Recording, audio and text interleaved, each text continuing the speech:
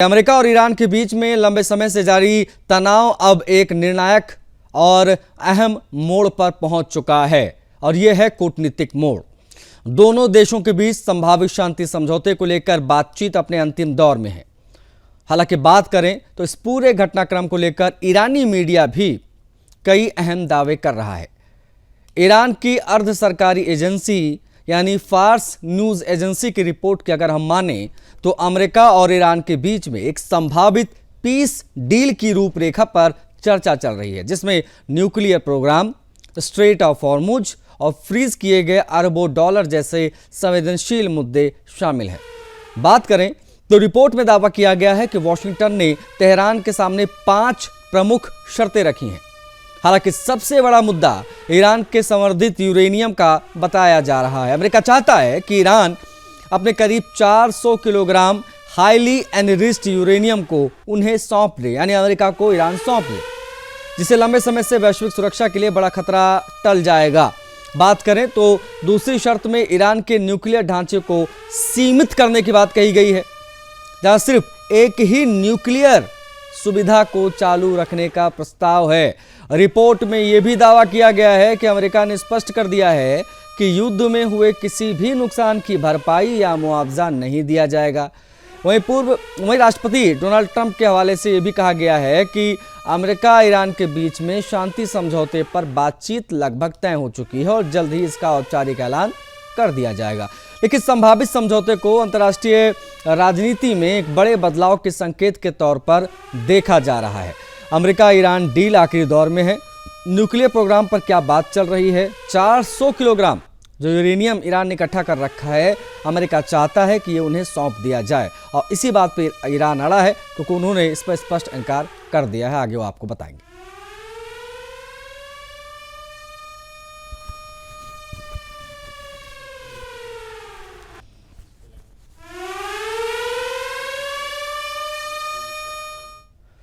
Ukraine की राजधानी Kyiv एक बार फिर से भीषण हमले की चपेट में आ गई, जहां रूस ने मिसाइलों और ड्रोनों से बड़ा एयर स्ट्राइक कर शहर के कई हिस्सों को दहला दिया। हालांकि बात करें तो इस हमले में रिहायशी इलाकों और स्कूलों को भारी नुकसान पहुंचने की खबर है।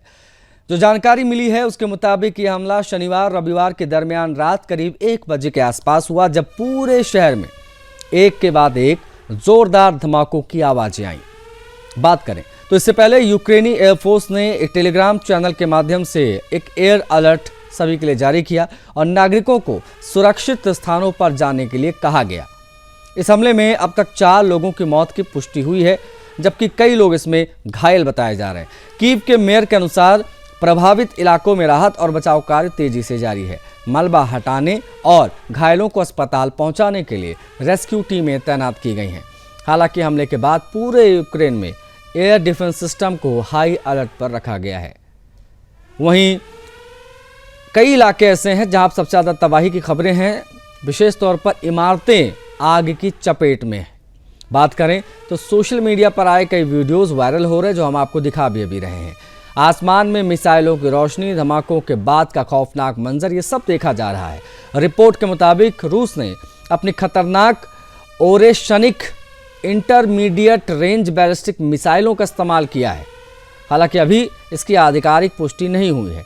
इस हमले में इसी मिसाइल का उपयोग किया गया या नहीं, इसकी अभी आधिकारिक पुष्टि होना बाकी है, लेकिन संभावनाएं यही जताई जा रही हैं। इस घटना के बाद में अंतर्राष्ट्रीय स्तर पर भी प्रतिक्रियाएं तेजी से सामने आ रही हैं। कनाडा के प्रधानमंत्री माकानी ने इस हमले की कड़ी निंदा की, रूस से तत्काल आक्रामक रवैया रोकने की अपील की है। कीव पर रूस का जो भीषण अटैक हुआ, जो एयर स्ट्राइक हुई है, उसी से संबंधित ये खबर है। मिसाइल ड्रोन हमले से भारी तबाही मची है, 4 की मौत, कई इमारतें ध्वस्त हो गई हैं। दुनिया भर में इस हमले की निंदा हो रही है, इंक्लूडिंग कनाडा। तमाम बातें जो हैं वो निकलकर सामने आ रही। कहा जा रहा है कि इसको तुरंत रोका जाना चाहिए, क्योंकि लगातार हमले रूस कर रहा है अभी भी यूक्रेन के ऊपर।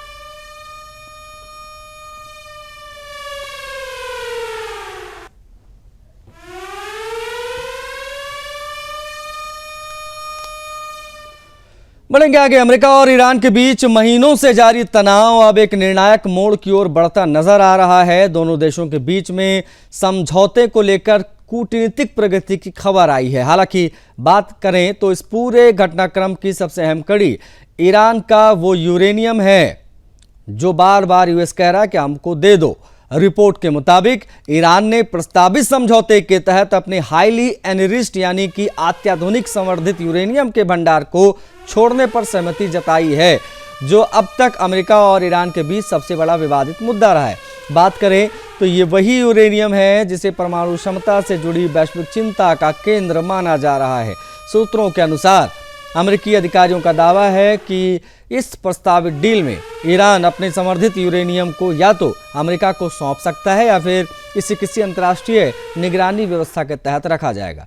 हालांकि अभी ये स्पष्ट नहीं है कि सामग्री सीधे अमेरिका जाएगी या रूस भेजी जाएगी या फिर इसे कम संवर्धित स्तर पर परिवर्तित कर दिया जाएगा।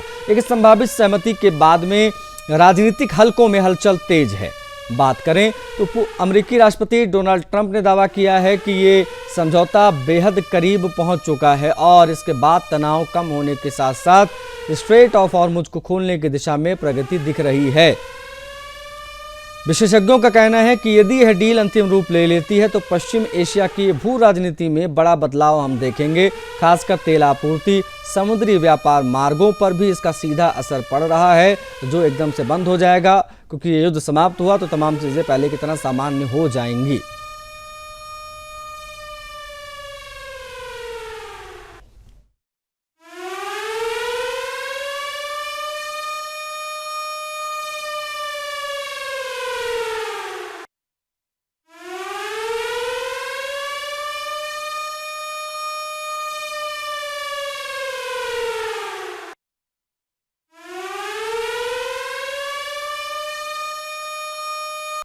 अमेरिका और ईरान के बीच लंबे समय से जारी तनाव अब एक बड़े कूटनीतिक समझौते की ओर बढ़ रहे हैं। जी हां, रिपोर्ट्स ये कह रहे हैं कि दोनों देश 60 दिनों के युद्ध विराम और शांति ढांचे के बेहद करीब हैं। हालांकि बात करें तो इस पूरे घटनाक्रम में स्ट्रेट ऑफ हॉर्मुज और ईरान के न्यूक्लियर प्रोग्राम को लेकर सबसे अहम सहमति बनने की चर्चा है। एक्सियोस की रिपोर्ट की अगर हम माने तो प्रस्तावित समझौते के तहत हॉर्मुज स्ट्रेट को दोबारा खोला जाएगा, पुनर्स्थिति बहाल होगी, अंतर्राष्ट्रीय जहाजों की आवाजाही सामान्य होगी। बात करें तो ईरान इस दौरान समुद्री मार्ग में लगाई गई बारूदी सुरंगें यानी माइंस को हटाने पर सहमत हो सकता है। इसके बदले अमेरिका ईरान के बंदरगाहों पर लगी कुछ पाबंदियों में ढील देगा और तेल निर्यात को सीमित राहत देने पर विचार कर सकता है। हालांकि समझौते में यह भी शामिल बताया जा रहा है कि ईरान परमाणु हथियार बनाने की किसी भी कोशिश से पूरी तरीके से इनकार करेगा और अपने यूरेनियम एनरिचमेंट प्रोग्राम को सीमित करेगा। साथ ही हाईली एनरिच्ड यूरेनियम के भंडार को हटाने पर भी चर्चा चल रही है।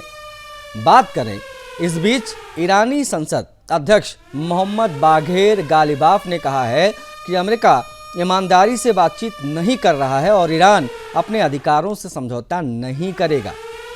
दूसरी तरफ न्यूयॉर्क टाइम्स की एक रिपोर्ट भी है। उनके अनुसार इजराइल की भूमिका को वार्ता प्रक्रिया में सीमित कर दिया है, जिससे प्रधानमंत्री यानी जो वहां के प्रधानमंत्री हैं बेंजामिन नेतन्याहू को राजनीतिक झटका लगा है। इस बीच एक अलग घटना भी सामने आई है। एक अलग घटना में FBI ने ट्रंप परिवार से जुड़ी सुरक्षा धमकी के मामले में एक इराकी नागरिक की गिरफ्तारी की पुष्टि की है। साथ ही रूसी अधिकारी मिखाइल उलियानोव ने दावा किया है कि अमेरिका इस पूरे समझौते की प्रगति को बढ़ा चढ़ाकर पेश कर रहा है। बाजार पर भी इसका असर दिख रहा है। मिडिल ईस्ट तनाव के कारण भारत में पेट्रोल डीजल की कीमतों में बढ़ोतरी दर्ज की गई है। तुर्की के राष्ट्रपति हैं रेचेप तैयब एर्दोगान ने इसे संभावित समझौते का समर्थन माना, कहा कि उनका देश हर संभव सहयोग देने को तैयार है, जिससे वैश्विक तेल व्यापार और अर्थव्यवस्था को स्थिरता मिल सकती है। अमेरिका ईरान समझौता आखिरी चरण में है। संभावना इसकी बहुत ज़्यादा है कि 60 दिनों का विराम होगा, हॉर्मुज स्ट्रेट खोलने पर सहमति भी बनेगी और वैश्विक तेल बाजार में जो उतार चढ़ाव ज़्यादा जो हम देख रहे हैं, महंगाई जो बहुत ज़्यादा बढ़ गई है साउथ एशिया से लेकर पूरे दुनिया में, उस पर कहीं ना कहीं विराम लगेगा। इस पर तुर्की की भी प्रतिक्रिया आई है।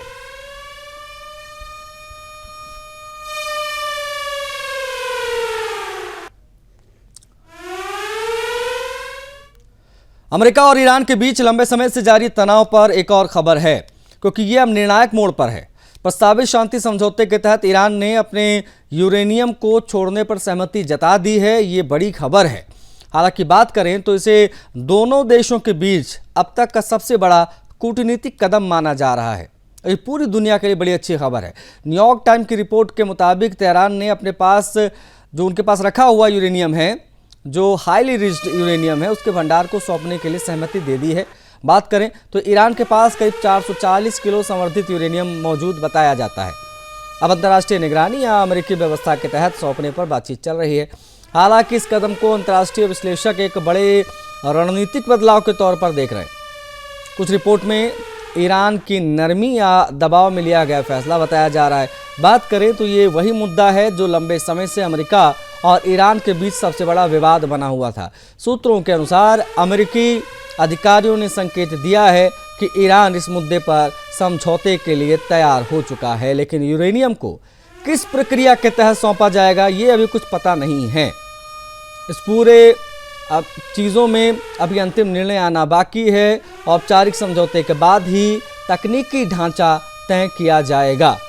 हालांकि इस पूरे घटनाक्रम के पीछे एक और बड़ा पहलू भी सामने आया है। रिपोर्ट्स के मुताबिक अमेरिकी वार्ताकारों ने साफ कर दिया है कि अगर ईरान शुरुआती स्तर पर यूरेनियम मुद्दे पर सहमति नहीं देता तो बातचीत टूट जाती और सैन्य कार्रवाई की संभावना बढ़ जाती, दोबारा खुल जाती। बात करें तो ये समझौता आगे चलकर स्ट्रेट ऑफ हॉर्मुज में सामान्य समुद्री आवाजाही बहाल करने और वैश्विक ऊर्जा बाजार को स्थिर करने की दिशा में भी अहम माना जा रहा है। विशेषज्ञों का मानना है कि यदि ये डील अंतिम रूप लेती है तो पश्चिम एशिया की भू राजनीति में एक बड़ा बदलाव देखने को मिलेगा। अमेरिका ईरान डील निर्णायक मोड़ पर किस प्रकार से है और 440 किलो का जो यूरेनियम है उस पर सहमति ईरान ने जता दी है, ऐसी जानकारियां जो है वो कई रिपोर्ट्स में मिल रही हैं।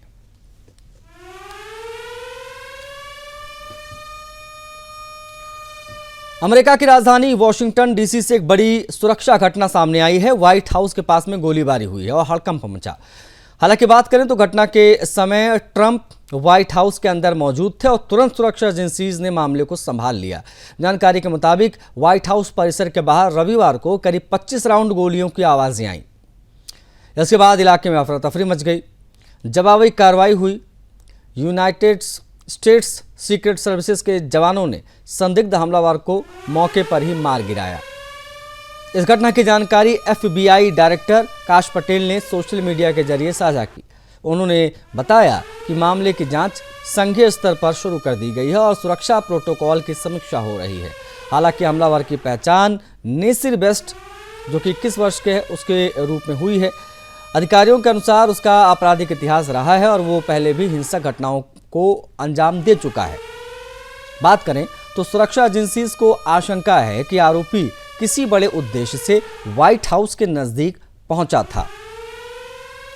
घटना के बाद राष्ट्रपति डोनाल्ड ट्रंप ने सीक्रेट सर्विस और सभी कानून प्रवर्तन एजेंसीज का आभार जताया है। उन्होंने कहा कि एजेंसीज ने तेज और पेशेवर कार्रवाई की, संभावित खतरे को उन्होंने टाल दिया। साथ ही उन्होंने ये भी कहा कि हमलावर का हिंसक इतिहास रहा है और उसकी मानसिक स्थिति भी जांच के दायरे में है। हालांकि इस घटना ने एक बार फिर से व्हाइट हाउस की सुरक्षा व्यवस्था को लेकर गंभीर सवाल खड़े कर दिए हैं, खासकर तब जब हाल के महीनों में सुरक्षा घेरे के आसपास कई संदिग्ध गतिविधियां सामने आ चुकी हैं और हाल फिलहाल में जिस प्रकार से ट्रंप की बेटी को टारगेट पर रखने की खबरें आई, उसके बाद में इस प्रकार की वारदातें चिंता में डालती हैं। व्हाइट हाउस के पास में गोलीबारी से हड़कंप किस प्रकार का मचा, क्या सिचुएशन वहां पर थी, उसकी कुछ तस्वीरें भी हम आपको दिखा रहे हैं। और अमेरिका में इस घटना के बाद हाई सिक्योरिटी अलर्ट जारी कर दिया गया है, उससे संबंधित भी ये बहुत महत्वपूर्ण जानकारियां हैं।